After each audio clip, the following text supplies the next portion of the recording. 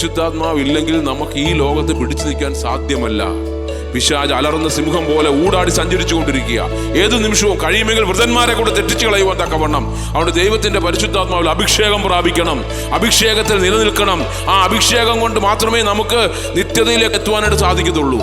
കൃപായുഗം അടയാറായി, കൃപയുടെ വാതിൽ അടയാറായി, കൃപായുഗം കഴിയാറായി. അതിന്റെ തെളിവുകൾ ലോകത്ത് വന്നു തുടങ്ങി.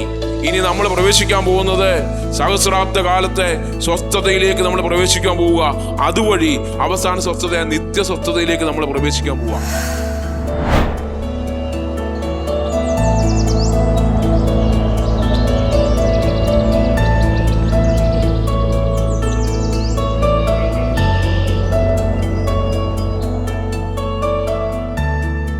ദൈവത്തിന്റെ അതിപരിശുദ്ധ നാമം വാഴ്ത്തപ്പെടുമാറാകട്ടെ. അല്പസമയം നമുക്ക് ചിന്തിക്കുന്നതിനായി സഭാപ്രസംഗിയുടെ പുസ്തകം 9-ാം അധ്യായം, സഭാപ്രസംഗിയുടെ പുസ്തകം 9-ാം അധ്യായം 7 മുതൽ 9 വരെയുള്ള വാക്യങ്ങൾ വായിക്കുന്നു. സഭാപ്രസംഗിയുടെ പുസ്തകം 9-ാം അധ്യായം 7 മുതൽ 9 വരെ. നീ ചെന്ന് സന്തോഷത്തോടു കൂടെ അപ്പം തിന്നുക, ആനന്ദ ഹൃദയത്തോടെ വീഞ്ഞു കുടിക്കുക. ദൈവം നിന്റെ പ്രവൃത്തികളിൽ പ്രസാദിച്ചിരിക്കുന്നുവല്ലോ. നിന്റെ വസ്ത്രം എല്ലായ്പ്പോഴും വെള്ളയായിരിക്കട്ടെ, നിന്റെ തലയിൽ എണ്ണ കുറയാതിരിക്കട്ടെ. നിന്റെ വസ്ത്രം എല്ലായ്പ്പോഴും വെള്ളയായിരിക്കട്ടെ, നിന്റെ തലയിൽ എണ്ണ കുറയാതിരിക്കട്ടെ. കണ്ണുകൾ അടയ്ക്കാൻ പ്രാർത്ഥിക്കാം. പരിശുദ്ധനായ ദൈവമേ, സ്വർഗീയ പിതാവേ, മനോഹരമായ ഒരു വിശുദ്ധ ദിവസം കൂടെ നീ ഞങ്ങൾക്ക് ദാനമായി നൽകിയല്ലോ. അങ്ങേ ആരാധിപ്പാൻ കർത്താവെ, അങ്ങ് നൽകിയ ആലയത്തിൽ കടന്നു വന്ന് ആത്മാവിലും സത്യത്തിൽ നിന്നെ ആരാധിപ്പാൻ തക്കവണ്ണം ഞങ്ങളെല്ലാവരെയും കർത്താവ് ബലപ്പെടുത്തുന്ന കൃപയ്ക്ക് നന്ദിയോടെ സ്തോത്രം. അനുഗ്രഹീതമായ ഒരു സാക്ഷ്യം ഞങ്ങൾ കേട്ടു. ദൈവമായ കർത്താവ്, ഞങ്ങൾ പോകേണ്ട സ്ഥാനത്ത് ഞങ്ങൾക്ക് വേണ്ടി പോകുന്ന മിഷണറിമാരെ ഓർത്ത് ഞങ്ങൾ ദൈവത്തിന് സ്തോത്രം ചെയ്യുന്നു. ഈ സഭയ്ക്ക് വേണ്ടി പ്രത്യേകം പ്രാർത്ഥിക്കുന്നു. കർത്താവിന്റെ പാസ്റ്റർമാരെ, ദേവദാസന്മാരെ നയിക്കുന്നവരെ ദൈവകരത്തിൽ സമർപ്പിക്കുന്നു. എല്ലാ കുടുംബങ്ങളെയും കർത്താവ് അനുഗ്രഹിക്കണം. ഇവിടെ വന്നു ചേർന്നിരിക്കുന്ന എല്ലാവരെയും കർത്താവ് അനുഗ്രഹിക്കണം. ദൈവകൃപ വ്യാപരിക്കണം. ഒരുമിച്ച് ഞങ്ങൾ കർത്താവിന്റെ സന്നിധിയിൽ അല്പസമയം ആയിരിക്കട്ടെ. ദൈവവചനം ഞങ്ങളോട് സംസാരിക്കണമേ. അടിയനെ പൊടിയോളം താഴ്ത്തുന്നു. ദൈവകൃപയിൽ നിലനിർത്തണം. യേശു കർത്താവിന്റെ നാമത്തിൽ ഞങ്ങളുടെ പ്രാർത്ഥന കേൾക്കണമേ. ആമേൻ. നമ്മൾ വായിച്ച വേദഭാഗത്തിലെ ആദ്യം നീ ചെന്ന് സന്തോഷത്തോടെ പോവുക. ആൻഡ് ഇംഗ്ലീഷ് ട്രാൻസ്ലേഷൻ അല്പം കൂടെ മനോഹരമാണ്. അവിടെ ഇങ്ങനെയാണ് പറയുന്നത്: go thy way, eat thy bread with joy and drink thy wine with a merry heart, for God now accept thy works. Let thy garments be always white, and let thy head lack no ointment. ആദ്യം അവിടെ പറഞ്ഞിരിക്കുന്നത് 4 പ്രധാനപ്പെട്ട പോയിന്റുകൾ മാത്രം പറഞ്ഞതിന്റെ വാക്കുകൾ അവസാനിപ്പിക്കുകയാണ്.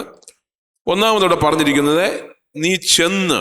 ഞാൻ അതുകൊണ്ടാണ് ഇംഗ്ലീഷ് വായിച്ചത്. നമ്മൾ ചെന്ന് എന്ന് പറയുമ്പോൾ ഒരു വഴി ഉണ്ടായിരിക്കണം ചെല്ലണമെങ്കിൽ. അതുകൊണ്ടാണ് ഇംഗ്ലീഷിലൂടെ കൃത്യമായി പറഞ്ഞിരിക്കുന്നത് ഗോ ദൈ വേ, ഗോ ദൈ വേ. ഒരു വഴിയിലേക്ക് നമ്മൾ പോകേണ്ടത് ആവശ്യമാണ്. കാലുകൾക്ക് നടക്കാൻ ഒരു വഴി വേണം. നിങ്ങൾക്കറിയാം, ഞാൻ ഇന്നിങ്ങോട്ട് ഞങ്ങൾ വന്നത് ഒരു ഊബർ ടാക്സി എടുത്ത വളരെ കൃത്യമായിട്ട് അദ്ദേഹം ഇവിടെ കൊണ്ട് ആക്കി. അതേസമയം ഞാൻ ഒരു വഴി ചോദിച്ചേ പലരോട് ചോദിക്കുവാണെങ്കിൽ ഈ ചർച്ചിലേക്ക് നമുക്ക് വരുവാൻ പല വഴികളുണ്ട്. ഈ വഴികളിൽ ഏതാണ് എളുപ്പമെന്ന് നോക്കിയാൽ ആ വഴിയാണ് പലരും തിരഞ്ഞെടുക്കുന്നത്. എന്നാൽ നിങ്ങൾക്കെല്ലാവർക്കും കൃത്യമായ വഴി ഏതാണെന്നറിയാം. എന്നെ സംബന്ധിച്ച്, അല്ല എൻ്റെ കൂടെ വന്ന ദേവദാസിനെ സംബന്ധിച്ച് കൃത്യമായ വഴി ഞങ്ങൾക്ക് അറിയത്തില്ല. പലപ്പോഴും വഴി തെറ്റിപ്പോകാനായിട്ട് സാധ്യതയുണ്ട്. ഞാൻ കുറച്ച് നാളുകൾക്ക് മുമ്പ് എൻ്റെ ഒരു സുഹൃത്തിൻ്റെ വീട് അന്വേഷിച്ചു പോയി. ഒരു പുതിയ വീട് വെച്ചതാ. ഞാനൊരു സ്ഥലത്ത് ചെന്ന് ബസ്സിലാണ് പോയത്. ബസ് ഇറങ്ങി ഞാൻ കുറച്ച് അങ്ങോട്ട് ചെന്ന് കഴിഞ്ഞ് ഒരു വഴിയിൽ കണ്ട ഒരു മനുഷ്യനോട് ചോദിച്ചു, ഇന്ന ആളുടെ വീട് അറിയോ? അദ്ദേഹം വളരെ കൃത്യമായി പറഞ്ഞു. പിന്നെ എനിക്കറിയാം ഇന്ന സ്ഥലത്താണ് പൊക്കോളം പറഞ്ഞു. പക്ഷെ ഞാൻ പറഞ്ഞ വഴി കൂടെ എല്ലാം കറങ്ങി വീണ്ടും വന്ന സ്ഥലത്ത് വന്നു. എന്ന് പറഞ്ഞാൽ പലപ്പോഴും വഴി തെറ്റിക്കുന്ന ആളുകൾ നമ്മുടെ ചുറ്റുപാടുമുണ്ട്. ഏതാണ് കൃത്യമായ വഴി? ആ വഴി കണ്ടെത്തുവാനായിട്ടാണ് നമ്മൾ ദൈവസന്നിധിയിലേക്ക് അടുത്ത് വരുന്നത്. അപ്പൊ പല വഴികളുണ്ട്. സ്വതന്ത്രമായുള്ള വഴിയുണ്ട്. പല തരത്തിലുള്ള വഴികൾ നമുക്കുണ്ട്. വേദപുസ്തകം നമ്മെ പഠിപ്പിക്കുന്നത് മത്തായി സുവിശേഷം 7-ാം അധ്യായം 13 മുതൽ 14 വരെയുള്ള വാക്യങ്ങളിൽ അവിടെ 2 വഴികളെ പറ്റിയാണ് പറഞ്ഞിരുന്നത്. ഒന്ന് ജീവങ്കിലേക്കുള്ള വഴിയും മറ്റൊന്ന് നാശത്തിലേക്കുള്ള വഴിയും. മത്തായിയുടെ സുവിശേഷം 7-ാം അധ്യായം 13 മുതൽ 14 വരെയുള്ള വാക്യങ്ങൾ ആരെങ്കിലും എടുത്തെങ്കിലും ഒന്ന് വായിക്കാം. ഇടുക്കുവാതിലൂടെ അകത്തു കടപ്പിൻ. നാശത്തിലേക്ക് പോകുന്ന വാതിൽ വീതിയുള്ളതും വഴി വിശാലവും, അതിൽ കൂടി കടക്കുന്നവർ അനേകരുമാകുന്നു. ജീവങ്കലേക്ക് പോകുന്ന വാതിൽ ഇടുക്കവും വഴി ഞെരുക്കവുമുള്ളത്, അത് കണ്ടെത്തുന്നവർ. ജീവങ്കിലേക്ക് പോകുന്ന പാത വഴി ഇടുക്കമുള്ളത്, അത് കണ്ടെത്തുന്നവർ വളരെ ചുരുക്കം. എന്ന് പറഞ്ഞാൽ 2 വഴി വേദപുസ്തകം നമ്മെ പഠിപ്പിക്കുക. കർത്താവായ യേശുക്രിസ്തു പറഞ്ഞു, ഞാൻ തന്നെ വഴിയും സത്യവും ജീവനുമാകുന്നു. 2 വഴി നമുക്ക് കർത്താവ് കൃത്യമായി പറഞ്ഞു തന്നിട്ടുണ്ട്. ഒന്നാമത്തെ വഴി വിശാലമായ വഴിയാണ്. അതിലേക്ക് പോകാൻ എല്ലാവർക്കും താല്പര്യമാണ്. ഞാൻ പറഞ്ഞല്ലോ, നമുക്കറിയാം, ഒരു വിശാലമായ വഴിയിൽ, മനോഹരമായ വഴിയിൽ, ഒരു ഹൈവേ കൂടെ പോകാൻ എല്ലാവർക്കും താല്പര്യമാണ്. എന്നാൽ ഇടുക്കിയ വഴിയിലൂടെ പോകാൻ താല്പര്യം കുറവാണ്. അത് നമ്മുടെ ജീവിതയാത്രയെ പറ്റിയാണ് പറയുന്നത്. ജീവിതയാത്രയിൽ സുലഭമായി യാത്ര ചെയ്യുന്നവർക്ക് സുലഭമായ രീതിയിൽ പോകുന്നതിന് എല്ലാവർക്കും താല്പര്യമാണ്. എന്നാൽ അല്പ കഷ്ടതയിലൂടെയും പ്രയാസത്തിലൂടെയൊക്കെ പോകുന്നവർക്ക് വളരെ ബുദ്ധിമുട്ടാണ് എന്ന് നമുക്ക് കാണുവാൻ സാധിക്കും. അതുകൊണ്ട് ജീവനിലേക്കുള്ള വഴി ഇടുങ്ങിയതാണ്. അതിലൂടെ കടന്നു പോകുന്നത് വളരെ ചുരുക്കമായിരിക്കും എന്ന് നമ്മൾ കാണുക.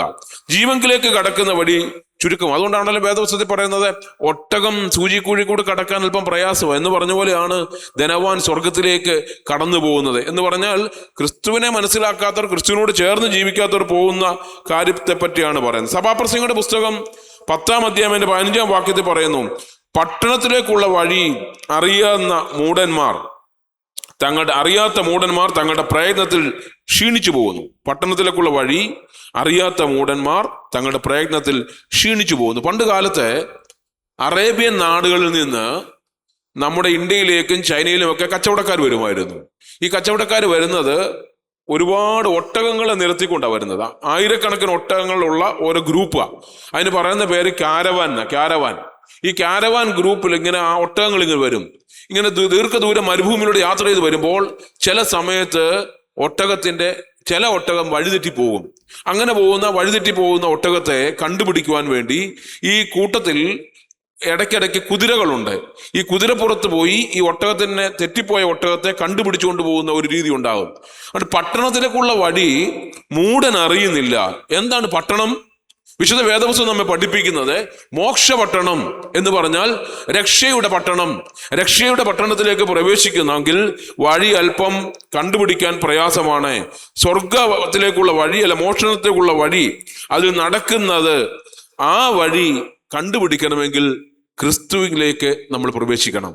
കാര്യം കർത്താവ് പറയുന്നു, ഞാൻ തന്നെ വഴിയും സത്യവും ജീവനുമാകുന്നു. അതുകൊണ്ട് കർത്താവിന്റെ വഴിയിലേക്ക് നമ്മൾ കടക്കണം. യോഹന്നാന്റെ സുവിശേഷം 14:6 പറയുന്നു, ഞാൻ മുഖാന്തരമല്ലാതെ ആരും പിതാവിന്റെ അടുക്കൽ എത്തുന്നില്ല. ഞാൻ മുഖാന്തരമല്ലാതെ ആരും പിതാവിന്റെ അടുക്കൽ എത്തുന്നില്ല. ഈ നാളുകളിൽ പുതിയ ചില പഠിപ്പിക്കലുണ്ട്. ദൈവം ഒന്നാണ്. ഏകനായ ദൈവത്തിലേക്ക് പല വഴിയിലൂടെ ഒരു സ്ഥലത്തേക്ക്, ഇപ്പൊ തിരുവനന്തപുരത്തേക്ക് വരണമെങ്കിൽ പല വഴികളുള്ളതുപോലെ നമ്മളെല്ലാവരും ചെന്ന് ചേരുന്നത് ഒരു ദൈവത്തിന്റെ അടുത്തേക്കലായതുകൊണ്ട് പല വഴിയിൽ കൂടെ വന്നാലും അവിടെ എത്തിച്ചേരുമെന്ന് പഠിപ്പിക്കുന്ന ചില പഠിപ്പിക്കലുകളുണ്ട്. എന്നാൽ പ്രിയപ്പെട്ടവരെ, വേദപുസ്തകം നമ്മെ വളരെ വ്യക്തമായിട്ട് പഠിപ്പിക്കുക, കർത്താവിൽ മാത്രമാണ് ഏക വഴി. ഞാൻ മുഖാന്തരമല്ലാതെ ആരും പിതാവിന്റെ അടുക്കൽ എത്തുന്നില്ല എന്ന് വളരെ വ്യക്തമായിട്ട് കർത്താവായ യേശുക്രിസ്തു നമ്മെ പഠിപ്പിച്ചിരിക്കുക. അതുകൊണ്ട് ദൈവത്തിന്റെ വഴിയിൽ കർത്താവായ യേശുക്രിസ്തുവിടെ അല്ലാതെ പിതാവിലേക്ക് ആരും പ്രവേശിക്കുന്നില്ല എന്ന് നമുക്ക് വചനത്തിലൂടെ കാണുവാനായിട്ട് സാധിക്കും. അതുകൊണ്ട് യെരമ്യാ പ്രവചനന്റെ പുസ്തകം 6-ാം അധ്യായം 16-ാം വാക്യത്തിൽ പറയുന്നു, നിന്റെ വഴികളിൽ ചെന്ന് നല്ല വഴി ഏതെന്ന് പഴയ പാതകളെ നോക്കി ചോദിച്ചു നടപ്പീൻ, എന്നാൽ നിങ്ങളുടെ മനസ്സിന് വിശ്രാമം ലഭിക്കും. നിങ്ങളുടെ വഴികളിൽ ചെന്ന് നല്ല വഴി ഏതെന്ന് പഴയ പാതകളെ നോക്കി മനസ്സിലാക്കണം. എന്ന് പറഞ്ഞാൽ ജീവിതയാത്രയിൽ നമ്മൾ വരുമ്പോൾ, ഇപ്പൊ അദ്ദേഹം പറഞ്ഞു 2012 വരെ അദ്ദേഹത്തിന് യഥാർത്ഥ വഴി ഏതെന്ന് അറിയത്തില്ലായിരുന്നു. നമുക്ക് എല്ലാവർക്കും അങ്ങനെയാണ്. സാക്ഷ്യം പറയാണ്ട് സമയമുള്ളതുകൊണ്ട് ഞാൻ അതിലേക്ക് കടക്കുന്നില്ല. അത് ഒരു നാൾ വരെ നമുക്ക് നമ്മുടെ വഴി ഏതെന്ന് അറിയാൻ മേലാതെ പോലും, നല്ല വഴി ഏതെന്ന് അറിയാത്തവരും. എന്നാൽ ഇന്ന് നമ്മൾ നല്ല വഴിയിലേക്ക് പ്രവേശിച്ചിരിക്കുന്നു. കർത്താവ് യേശുക്രിസ്തുവിലൂടെ യഥാർത്ഥ വഴിയിലേക്ക് നമ്മൾ പ്രവേശിച്ചിരിക്കുക. ഇടയ്ക്കിടയ്ക്ക് നമ്മളൊരു കാര്യം ചെയ്യണം. ഇടയ്ക്കിടയ്ക്ക് നമ്മൾ അവിടെ നിന്നിട്ട് ഒന്ന് പുറകോട്ടും തിരിഞ്ഞു നോക്കണം. ഞാൻ വന്ന വഴി എങ്ങനെ വന്നത്തെ വഴിയായിരുന്നു, എത്ര മോശകരമായ വഴിയായിരുന്നു ഞാൻ വന്നത്. എന്നാൽ ഇന്ന് എൻ്റെ കർത്താവ് യേശുക്രിസ്തുവിന്റെ രക്തത്താൽ കഴുകൽ പ്രാപിച്ചുകൊണ്ട് ഞാൻ അവനെ തന്നെ കണ്ട് ഏക സത്യ വഴിയായ യേശു കർത്താവിനെ മാത്രം നോക്കിക്കൊണ്ട് സത്യ വഴിയും ജീവനും സത്യമായ യേശുവിലേക്ക് കടക്കുവാൻ തക്കവണ്ണം എനിക്ക് സാധിച്ചു എന്ന് പറയുന്നതാണ് യഥാർത്ഥ വഴിയിലേക്കുള്ള പ്രവേശനം. അതുകൊണ്ട് നമ്മൾ ഇടയ്ക്കിടയ്ക്ക് തിരിഞ്ഞു നോക്കണം. കഴിഞ്ഞ നാളുകളിൽ ഞാൻ എങ്ങനെയായിരുന്നു, ഇപ്പോൾ ഞാൻ എങ്ങനെയാ? എന്തിനാ തിരിഞ്ഞു നോക്കുന്നത്? വീണ്ടും തിരിച്ച് പഴയ വഴിയിലേക്ക് പോകാതിരിക്കാൻ വേണ്ടിയാ. നമ്മൾ നിൽക്കുന്ന വഴി നല്ല വഴി എന്ന് ബോധ്യമുള്ളപ്പോൾ നമ്മൾ ആ വഴിയിലൂടെ തന്നെ പോകണം. നമുക്കറിയാം വേദപുസ്തകത്തിലെ ഒരു പ്രധാനപ്പെട്ട കഥാപാത്രമാണ് ധൂർത്തപുത്രൻ. ഒരുപാട് പ്രാവശ്യം നമ്മൾ ഇദ്ദേഹത്തിന്റെ പ്രസംഗങ്ങളൊക്കെ കേട്ടിട്ടുള്ളതാണ്. ധൂർത്തപുത്രൻ അപ്പന്റെ സന്നിധിയിൽ നിന്ന് പോയി തെറ്റായ വഴിയിലൂടെ സഞ്ചരിച്ചു. എന്നാൽ ആ വഴിയുടെ അവസാനം അദ്ദേഹത്തിന് മനസ്സിലായി, ഞാൻ വന്ന വഴി തെറ്റാ, എനിക്ക് എൻ്റെ പിതാവിൻ്റെ സന്നിധിയിലേക്ക് തിരിച്ചു പോകണം.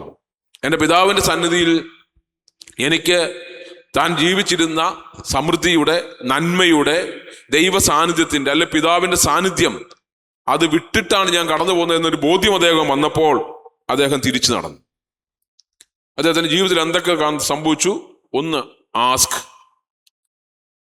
ചോദിച്ചു. നമുക്കറിയാം, പന്നി കഴിക്കുന്ന വാളവര തിന്ന അദ്ദേഹത്തിന് ഉണ്ടായിരുന്ന കയ്യിലുണ്ടായിരുന്ന സമ്പത്തെല്ലാം അപ്പന്റെ കയ്യിൽ നിന്ന് വാങ്ങിക്കൊണ്ട് പോയ സമ്പത്തെല്ലാം നശിച്ചതിന് ശേഷം പന്നി കഴിക്കുന്ന വാളവര എങ്കിലും കഴിക്കുവാൻ ആഗ്രഹിച്ച മനുഷ്യൻ ഒരു ജോലിക്ക് വേണ്ടി അന്വേഷിച്ച് നടന്നു. പലരോട് ചോദിച്ചു, ആസ്ക്. പല ഇടങ്ങളിൽ സഞ്ചരിച്ച് നടന്നു. പിന്നെ അദ്ദേഹം സീക്ക്, അന്വേഷിച്ചു. എൻ്റെ അപ്പന്റെ വഴി, തിരിച്ചുള്ള അപ്പന്റെ വീട്ടിലേക്കുള്ള വഴി ഏത് എന്ന് അന്വേഷിച്ചു, സീക്ക് ചെയ്തു അദ്ദേഹം. പിന്നെ അദ്ദേഹം സ്റ്റാൻഡ്, അവിടെ നിന്നതിന് ശേഷം യഥാർത്ഥ വഴിയിലേക്ക് നടന്നപ്പോൾ എവിടെ ചെന്നു? പിതാവിൻ്റെ അടുത്ത് ചെന്നു, സ്വന്തം പിതാവിൻ്റെ അടുത്ത് ചെന്നു. നമുക്ക് ആ സംഭവം അറിയാം. ആ പിതാവ് ഇത്രയും നാളായിട്ട് കാണാതെ പോയ ആടിനെ കർത്താവ് തെരഞ്ഞെടുത്ത പോലെ മകനെ നോക്കിയിരിക്കുക. ദൂരേന്നെ കണ്ടെന്നാ പറഞ്ഞത്. ദൂരേന്നെ കണ്ടു. മുഷിഞ്ഞ വസ്ത്രധാരിയായി അദ്ദേഹത്തിനുള്ളതെല്ലാം നശിപ്പിച്ച് കളഞ്ഞിട്ട് തിരിച്ചു വരുന്ന ആ മനുഷ്യനെ കണ്ടപ്പോൾ പിതാവ് ഇറങ്ങിച്ചെന്ന്, ഓടിച്ചെന്ന് പിതാവ് ആ മകനെ കെട്ടിപ്പിടിച്ച്, നമുക്കറിയാം, അവന്റെ കയ്യിൽ മോതിരം കൊടുത്തു, അവന് നല്ല വസ്ത്രം കൊടുത്തു, അവന് നല്ല ഭക്ഷണം കൊടുത്തു. ഒരുപാട് ആത്മീയ അർത്ഥം നമുക്കുണ്ട്.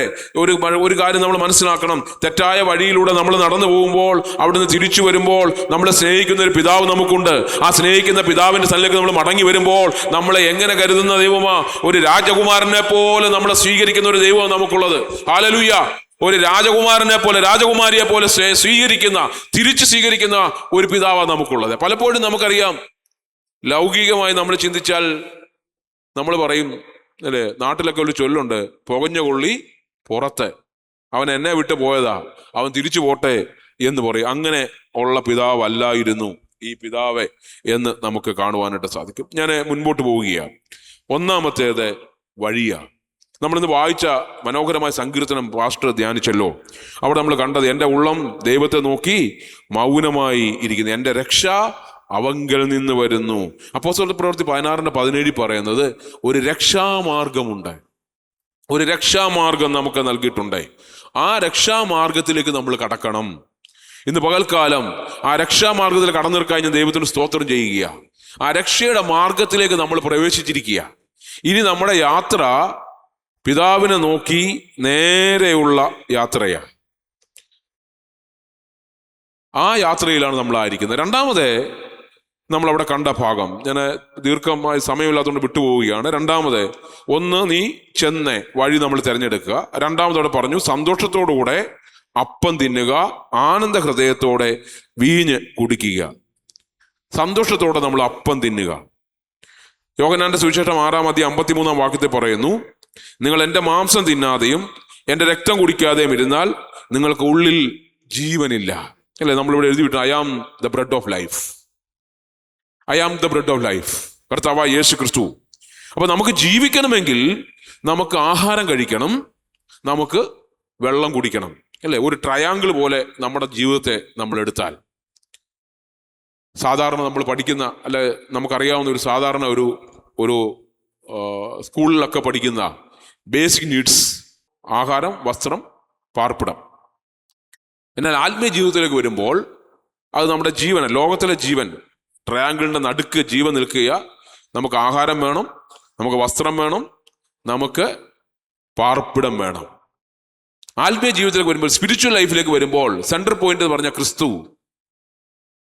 കർത്താവ് പറയുന്നു, ഞാൻ ജീവന്റെ അപ്പമാകുന്നു. So we have to eat the Christ എന്ന് പറഞ്ഞാൽ നമ്മൾ അവനെ പ്രാപിച്ചെടുക്കുക. നമ്മുടെ ജീവൻ നിലനിൽക്കുന്നത് കർത്താവിലാണ്. അതുകൊണ്ട് നമ്മൾ കർത്താവിൻ്റെ ആഹാരം നമ്മുടെ കർത്താവ്, ജീവന്റെ അപ്പം. അതുപോലെ തന്നെ പറഞ്ഞ ഞാൻ ജീവന്റെ ജലമാണ്, ഞാൻ ജീവന്റെ ജലമാണ്. എന്നെ കുടിക്കുന്നവൻ ഒരു നാളും ദാഹിക്കയില്ല, എന്നെ കുടിക്കുന്നവൻ ഒരു നാളും ദാഹിക്കത്തില്ല, എന്നെ ഭക്ഷിക്കുന്നവൻ ഒരു നാളും വിശക്കയില്ല. മൂന്നാമത് ഷെൽട്ടർ. ഷെൽട്ടർ ആരാ? കർത്താവായ യേശു ക്രിസ്തുവിനെ. കർത്താവ് പറയുന്നു, ഞാൻ തന്നെ പുനരുദ്ധാനവും ജീവനുമാകുന്നു. ഞാൻ തന്നെ പുനരുദ്ധാനവും ജീവനുമാകുന്നു. ആ പുനരുദ്ധാനവും ജീവനുമായ കർത്താവിലേക്ക് പ്രവേശിച്ചിരിക്കുക. നമ്മുടെ വാസസ്ഥലം അതാ. രക്ഷയുടെ പെട്ടകത്തിലേക്ക് നമ്മൾ പ്രവേശിച്ചിരിക്കുക. നമുക്കറിയാം, നോഹ പെട്ടകമുണ്ടാക്കി ഈ ലോകത്തുള്ള മുഴുവൻ ജനങ്ങളെ വിളിച്ചു, നിങ്ങൾ ചെയ്യുന്ന തെറ്റാ, നിങ്ങളുടെ വഴി തിരിക്കണം, നിങ്ങൾ തിരിഞ്ഞു വരണം, മാനസാന്തരത്തിൽ നിങ്ങൾ കടന്നു വരണം, നിങ്ങൾ ഈ പെട്ടകത്തിനകത്ത് പ്രവേശിക്കണം. ഒരു മനുഷ്യൻ പോലും കേട്ടില്ല, ഒരു മനുഷ്യൻ പോലും ശ്രദ്ധിച്ചില്ല. എന്നാൽ നോഹയും കുടുംബവും രക്ഷപ്പെട്ടു. നോഹയും കുടുംബവും അവന്റെ കർത്താവിന്റെ പെട്ടകത്തിനകത്തേക്ക് പ്രവേശിച്ചു. ഇന്ന് പകൽക്കാലം പുനരുദ്ധാനം ജീവനുമായ കർത്താവിന്റെ പെട്ടകത്തിലേക്ക് പ്രവേശിച്ചിരിക്കുന്നതുകൊണ്ട് ഞാൻ നിങ്ങൾക്കായി ദൈവത്തിന് സ്തോത്രം ചെയ്യുക. അടുത്ത ഭാഗത്തേക്ക് പോയി ഞാൻ പെട്ടെന്ന് എൻ്റെ വാക്കുകളെ അവസാനിപ്പിക്കാൻ ആഗ്രഹിക്കുക. മൂന്നാമതോടെ പറയുന്നു, നിന്റെ വസ്ത്രം വെണ്മയുള്ളതായി തീരട്ടെ. നിന്റെ വസ്ത്രം വെണ്മയുള്ളതായി തീരട്ടെ. നിന്റെ വസ്ത്രം എല്ലായ്പ്പോഴും വെള്ളയായിരിക്കട്ടെ. യെശയ്യാപ്രവചനം 61:10 പറയുന്നു, രക്ഷാവസ്ത്രം ധരിപ്പിച്ച് നീതിയുടെ അങ്കി ഉടുപ്പിച്ചിരുന്നു. രക്ഷയുടെ പെട്ടകത്തിലേക്ക് പ്രവേശിച്ചവരെ രക്ഷാവസ്ത്രം ധരിപ്പിച്ച് നീതിയുടെ അങ്കി നമുക്കായി കർത്താവ് നൽകിയിരിക്കുക. അതുകൊണ്ട് ആദിയിൽ നമുക്കറിയാം, ഏദനിൽ വെച്ച് ദൈവം മനുഷ്യർക്ക് കൊടുത്ത വസ്ത്രം നശിപ്പിച്ചു. എന്തായിരുന്നു? തേജസ്സിന്റെ വസ്ത്രം. ആ തേജസ്സിന്റെ വസ്ത്രം തിരിച്ച് നമുക്ക് നൽകുവാൻ പോവുക. ഇന്ന് പകൽക്കാലം വെണ്മയുള്ള വസ്ത്രത്തിലൂടെ നമ്മൾ ജീവിക്കേണ്ടത് ആവശ്യമാണ്. അവസാനത്തെ ഭാഗം പറഞ്ഞ് എൻ്റെ വാക്കുകൾ അവസാനിപ്പിക്കാം. ഏറ്റവും അവസാനം പറഞ്ഞിരിക്കുക, നിന്റെ തലയിൽ എണ്ണ കുറയാതിരിക്കട്ടെ. നിന്റെ തലയിൽ എണ്ണ കുറയാതിരിക്കട്ടെ. സങ്കീർത്തനം 23 സങ്കീർത്തനം നമ്മൾ വായിക്കുമ്പോൾ, എൻ്റെ തലയെ എണ്ണ കൊണ്ട് അഭിഷേകം ചെയ്യുന്ന ഒരു ദൈവത്തെ നമുക്ക് അവിടെ കാണുവാൻ സാധിക്കും. ഒരു ദൈവ പൈതലിന്റെ കാല്, ഒരു ദൈവ പൈതലിന്റെ ആഹാരം, ഒരു ദൈവ പൈതലിന്റെ വസ്ത്രം, ഒരു ദൈവ പൈതലിന്റെ തല, ഇത് ക്രിസ്തുവിനോട് ചേർന്നായിരിക്കും. ക്രിസ്തുവിന്റെ പാതയിൽ നമ്മൾ നടക്കണം. അതുകൊണ്ട് ഇന്ന് വളരെ വ്യക്തമായിട്ട് പറയാം, തലയെ എണ്ണ കൊണ്ട് അഭിഷേകം ചെയ്ത എന്ന് പറഞ്ഞാൽ ദൈവത്തിന്റെ പരിശുദ്ധാത്മാവിനെ പ്രാപിക്കുക.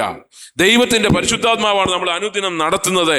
അതുകൊണ്ട് കർത്താവായ യേശു ക്രിസ്തു നമുക്ക് ഇവിടുന്ന് സ്വർഗ്ഗാരോഹണം ചെയ്ത് പോയപ്പോൾ ഒരു കാര്യസ്ഥനെ നമുക്ക് നൽകിയിട്ടാ പോയെ. എന്താ കാര്യസ്ഥൻ എന്ന് പറഞ്ഞാൽ? കൂടെ ഇരുന്ന് കാര്യം നടത്തുന്നവൻ, എല്ലാം അറിയാവുന്നവൻ, കൂടെ ഇരുന്ന് നമ്മുടെ കാര്യങ്ങൾ നടത്തും. വലിയ വലിയ സെലിബ്രിറ്റികൾക്കൊക്കെ മാനേജർമാരുണ്ട്, അവർക്ക് ആ കാര്യങ്ങളെല്ലാം അറിയാവുന്നത്. പഴയ കാലത്തെ തറവാടുകളിലൊക്കെ കാര്യസ്ഥന്മാരുണ്ടായിരുന്നു, അവർക്കാണ് കാര്യങ്ങളെല്ലാം അറിയാവുന്നത്, മാനേജ് ചെയ്യുന്നവരാ. കൂടെ ഇരുന്ന് നമ്മളെ നടത്തുന്ന ഒരു കാര്യസ്ഥനെ നമുക്ക് നൽകിയിട്ടാണ് കർത്താവ് പോയിരിക്കുന്നത്. എന്താ പരിശുദ്ധാത്മാവിന്റെ പ്രത്യേകത? വേദഭാഗം എടുക്കാൻ സമയമില്ല. പരിശുദ്ധാത്മാവിന് 3 പ്രത്യേകതകളാണ്. ഒന്ന് ഇച്ഛാശക്തി. എന്താ ഇച്ഛാശക്തി? Will power. ഇത് ഞാനും നിങ്ങൾ ഇവിടെ ഇരിക്കുന്നെങ്കിൽ ജീവിതത്തിൽ പല പ്രയാസങ്ങൾ വരുമ്പോൾ, പ്രതികൂലം വരുമ്പോൾ തകർന്നു പോകാം. പിശാച് നമ്മളെ പല രീതിയിൽ ഞെരുക്കുന്ന ഒരു അനുഭവം നമുക്കുണ്ടാകുമ്പോൾ ഈ വിശ്വാസം വിട്ട് പോകാതെ നിലനിൽക്കുന്നത്, നമ്മൾ കേട്ട സാക്ഷി നമ്മൾ കേട്ടല്ലോ, പലപ്പോഴും തിരിച്ചു കൊണ്ടുപോകാനുള്ള പ്രശ്നങ്ങൾ നമ്മുടെ ജീവിതത്തിൽ ഉണ്ടാകുമ്പോൾ ഈ ദൈവത്തിൽ നമ്മൾ ഉറച്ചു നിൽക്കുന്നത് നമ്മുടെ കഴിവുകൊണ്ടല്ല, ദൈവത്തിന്റെ പരിശുദ്ധാത്മാവ് നമ്മുടെ ഉള്ളതുകൊണ്ടാണ്. നമ്മൾ പാപം ചെയ്യാതിരിക്കുന്നത് എന്തുകൊണ്ടാ? എൻ്റെ കഴിവുകൊണ്ടാണ് ഞാൻ പാപം ചെയ്യാതിരിക്കുന്നത്. ഞാൻ പാപം ചെയ്യാതിരിക്കുന്നത് എൻ്റെ കഴിവുകൊണ്ടല്ല, എൻ്റെ വിൽ പവർ കൊണ്ടല്ല, എൻ്റെ ദൈവത്തിന്റെ പരിശുദ്ധാത്മാവ് എന്നോട് കൂടെ ഉള്ളതുകൊണ്ടാ. ഹല്ലേലൂയ. നമ്മൾ പറയും നമ്മുടെ വിൽ പവർ കൊണ്ടാ ഞാൻ നിലനിൽക്കുന്ന, എൻ്റെ വിൽ പവർ കൊണ്ടാന്ന് പറയും. എൻ്റെ അടുത്തേക്ക് പാപം വന്നാൽ ഞാൻ ചെയ്യത്തില്ല, കാര്യം എനിക്ക് വിൽ പവർ ഉണ്ട്. അല്ല, നോ, ദൈവത്തിന്റെ പരിശുദ്ധാത്മാവ് നമ്മളെ നടത്തുന്നത് കൊണ്ടാ. പ്രിയപ്പെട്ടവരെ, ഇച്ഛാശക്തി. 2 ബുദ്ധിശക്തി. നമുക്ക് ബുദ്ധി നൽകുന്ന ദൈവത്തിന്റെ പരിശുദ്ധാത്മാവാ. ഏത് വിധേന ജീവിക്കണമെന്ന് പ്രവർത്തിക്കണമെന്ന് ബുദ്ധി നമുക്ക് നൽകുന്ന ദൈവത്തിന്റെ പരിശുദ്ധാത്മാവാ. ആ ബുദ്ധിക്ക് വേണ്ടി ദൈവത്തിന്റെ പരിശുദ്ധാത്മാവോട് നമ്മൾ യാചിക്കേണ്ടത് ആവശ്യമാണ്. 3 സർവശക്തി. കർത്താവായ യേശു ക്രിസ്തു നമുക്ക് ഒരു പരിശുദ്ധാത്മ നൽകിയെങ്കിൽ സർവശക്തി നമുക്ക് നൽകുവാൻ വേണ്ടിയാ. സർവശക്തി. കർത്താവായ യേശു ക്രിസ്തു പറയുന്നു, പരിശുദ്ധാത്മാ നിങ്ങളുടെ മേൽ വരും, നിങ്ങൾ സർവശക്തി പ്രാപിക്കുന്നവരാകും. സർവശക്തി പ്രാപിക്കണം. ഇതാണ് പരിശുദ്ധാത്മാവ് എന്ന് പറയുന്നത്. പ്രിയപ്പെട്ടവരെ, എത്രയെത്ര അപകടങ്ങളിലൂടെ നമ്മൾ കടന്നു പോകുന്നുണ്ട്. വാഹനത്തിൽ യാത്ര ചെയ്യുമ്പോൾ എത്ര അപകടം നമ്മുടെ മുൻപിൽ കൂടെ കടന്നു പോകുന്നു. എൻ്റെ പ്രിയപ്പെട്ടവരെ, ഒരു ദിവസം അപകടം വരാതെ നമ്മൾ ജീവിക്കുന്നെങ്കിൽ അത് എൻ്റെ കഴിവ് കൊണ്ടല്ല, ദൈവത്തിന്റെ പരിശുദ്ധാത്മാവ് നമ്മെ പരിപാലിക്കുന്നത് കൊണ്ടാണ്. എത്രയെത്ര രോഗാണുക്കൾ നമ്മുടെ ശരീരത്തിലൂടെ കടന്നു പോകുന്നു. കോടാനുകോടി രോഗാണുക്കൾ നമ്മുടെ ശരീരത്തിലൂടെ കടന്നു പോകുന്നുണ്ട്. പ്രിയപ്പെട്ടവരെ, ആ രോഗം എനിക്ക് ജീവിതത്തിൽ വരാതിരിക്കുന്നത് എൻ്റെ ഇമ്മ്യൂണിറ്റി പവർ കൊണ്ടല്ല, എൻ്റെ മസിൽ പവർ കൊണ്ടല്ല, എൻ്റെ ശക്തി കൊണ്ടല്ല, ഞാൻ പണ്ട് കുടിച്ച മുലപ്പാലിന്റെ ഗുണം കൊണ്ടല്ല, മറിച്ച് ദൈവത്തിന്റെ പരിശുദ്ധാത്മാവ് നമ്മൾ വ്യാപരിക്കുന്നത് കൊണ്ടാണ്. അതുകൊണ്ട് ഇന്ന് പകൽക്കാലം ദൈവത്തിന്റെ പരിശുദ്ധാത്മാവാണ് നമ്മുടെ തലയെ അഭിഷേകം ചെയ്തിരിക്കുന്നത്. നമ്മൾ അഭിഷേകം ചെയ്തിരിക്കുന്ന ദൈവത്തിന്റെ പരിശുദ്ധാത്മാവാ. ആ പരിശുദ്ധാത്മാവിലൂടെ നമ്മൾ ജീവിക്കേണ്ടത് ആവശ്യമാണ്. പരിശുദ്ധാത്മാവാണ് നമ്മൾ അനുദിനം നടത്തുന്നത്. പരിശുദ്ധാത്മാവ് ഇല്ലെങ്കിൽ നമുക്ക് ഈ ലോകത്ത് പിടിച്ചു നിൽക്കാൻ സാധ്യമല്ല. പിശാച് അലറുന്ന സിംഹം പോലെ ഊടാടി സഞ്ചരിച്ചു കൊണ്ടിരിക്കുക. ഏതു നിമിഷവും കഴിയുമെങ്കിൽ വൃതന്മാരെ കൂടെ തെറ്റിച്ച് കളയുവാൻ തക്കവണ്ണം. അതുകൊണ്ട് ദൈവത്തിന്റെ പരിശുദ്ധാത്മാവിൽ അഭിഷേകം പ്രാപിക്കണം, അഭിഷേകത്തിൽ നിലനിൽക്കണം. ആ അഭിഷേകം കൊണ്ട് മാത്രമേ നമുക്ക് നിത്യതയിലേക്ക് എത്തുവാനായിട്ട് സാധിക്കത്തുള്ളൂ. എല്ലാത്തിൻ്റെയും ഒരു ക്രിസ്തീയ ജീവിതത്തിന്റെ ആത്യന്തിക ലക്ഷ്യം നിത്യതയിൽ എത്തിച്ചേരുക എന്നുള്ളതാണ്. നിത്യതയിൽ എത്തിച്ചേരുക എന്നുള്ളതാണ്. കർത്താവ് യേശു ക്രിസ്തു നമ്മളിതെല്ലാം പഠിപ്പിച്ചത് എന്തിനു വേണ്ടിയാ? നമുക്കായി ദൈവം ഒരു സ്വസ്ഥത വെച്ചിട്ടുണ്ട്. എന്താ സ്വസ്ഥത? സ്വസ്ഥത 5 തരം സ്വസ്ഥതയെ പറ്റി പഠിപ്പിക്കുന്നുണ്ട്. പക്ഷെ ഇന്ന് നമ്മൾ ആയിരിക്കുന്നത് കൃപായുഗ സ്വസ്ഥതയിലാണ്, അല്ലെങ്കിൽ ആത്മീയ സ്വസ്ഥത. ആ സ്വസ്ഥത അനുഭവിക്കുന്നവരായിരുന്നു ഇവിടെ ഇരിക്കുന്നത്. ആ ആത്മീയ സ്വസ്ഥതയിൽ പ്രവേശിക്കാൻ കാരണം കർത്താവ് യേശു ക്രിസ്തുവിന്റെ വഴിയിലൂടെ നമ്മൾ സഞ്ചരിച്ചത് കൊണ്ടാണ്. ആ സ്വസ്ഥതയിൽ പ്രവേശിക്കാൻ കാര്യം കർത്താവ് യേശു ക്രിസ്തു എന്ന അപ്പം നമ്മൾ ഭക്ഷിച്ചത് കൊണ്ടാണ്. അവന്റെ ജീവന്റെ ജലം നമ്മൾ കുടിച്ചത് കൊണ്ടാണ്. ആ സ്വസ്ഥതയിലൂടെയാണ് നമ്മൾ ആത്മീയ സ്വസ്ഥതയിൽ പ്രവേശിച്ചിരിക്കുന്നത്. എന്നാൽ ഈ സ്വസ്ഥത തീരാകുമ്പോൾ കൃപായുഗം അടയാറായി, കൃപയുടെ വാതിൽ അടയാറായി, കൃപായുഗം കഴിയാറായി. അതിന്റെ തെളിവുകൾ ലോകത്ത് വന്നു തുടങ്ങി. ഇനി നമ്മൾ പ്രവേശിക്കാൻ പോകുന്നത് സഹസ്രാബ്ദ കാലത്തെ സ്വസ്ഥതയിലേക്ക് നമ്മൾ പ്രവേശിക്കാൻ പോവുക. അതുവഴി അവസാന സ്വസ്ഥത, നിത്യസ്വസ്ഥതയിലേക്ക് നമ്മൾ പ്രവേശിക്കാൻ പോവുക. കർത്താവിനോട് കൂടെ നിത്യം വാഴുന്ന സ്വസ്ഥത. ആ സ്വസ്ഥതയ്ക്ക് വേണ്ടിയാണ് നമ്മൾ ഒരുങ്ങുന്നത്. അതിന് ദൈവത്തിന്റെ പരിശുദ്ധാത്മാവ് നമ്മളെ സഹായിക്കേണ്ടത് ആവശ്യമാണ്. അതാണ് കർത്താവ് യേശു ക്രിസ്തുവിന്റെ വഴിയിലൂടെ, കർത്താവ് യേശു ക്രിസ്തു എന്ന വഴിയിലൂടെ നമ്മൾ സഞ്ചരിച്ച് നമ്മുടെ വസ്ത്രം എല്ലായ്പ്പോഴും വെളുപ്പിച്ച് വിശുദ്ധിയുടെ അനുഭവത്തിലൂടെ തലയിൽ പരിശുദ്ധാത്മാവെന്ന അഭിഷേകം നമ്മൾ പ്രാപിച്ചുകൊണ്ട് ഈ നിത്യസ്വസ്ഥതയിലേക്ക് പ്രവേശിക്കുവാൻ ദൈവത്തിന്റെ പരിശുദ്ധാത്മാവ് നമ്മെ സഹായിക്കട്ടെ. അതിനായി നമുക്ക് നമ്മെ തന്നെ ഒരുക്കാം. ഞങ്ങൾക്ക് അവസരം നൽകിയ ബഹുമാനപ്പെട്ട പാസ്റ്ററോടെ തിരുവചനം ശ്രവിച്ച നിങ്ങളെല്ലാവരോടും ഒരിക്കൽ കൂടി നന്ദി, സ്നേഹം അറിയിച്ചുകൊണ്ട് ഞാൻ എൻ്റെ വാക്കുകൾ വിരമിക്കുന്നു. ദൈവം നമ്മെ അനുഗ്രഹിക്കപ്പെടട്ടെ.